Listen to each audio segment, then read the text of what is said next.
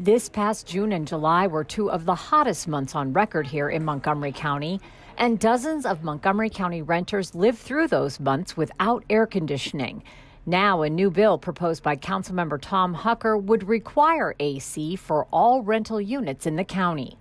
This groundbreaking bill, first in the region, simply requires working AC in every rental unit in Montgomery County. It requires indoor temperatures that don't exceed 80 degrees between May 1st and September 30th.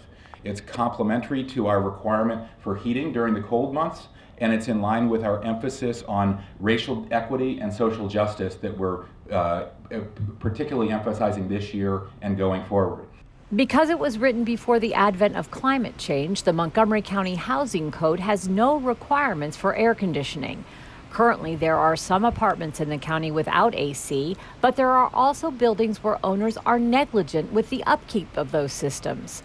Last year, 28 Marylanders died of heat-related illness. That the effects of excessive heat conditions and respiratory illnesses or chronic diseases can increase hospital admissions, disease management, and increased health care costs. Several senior residents of the Charter House Apartments in Silver Spring came out in support of the measure. I just got out of the hospital.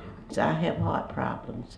And being in a hot place like that, and no air conditioning, and the landlord do not have to give it to us, we need a bill like that to pass.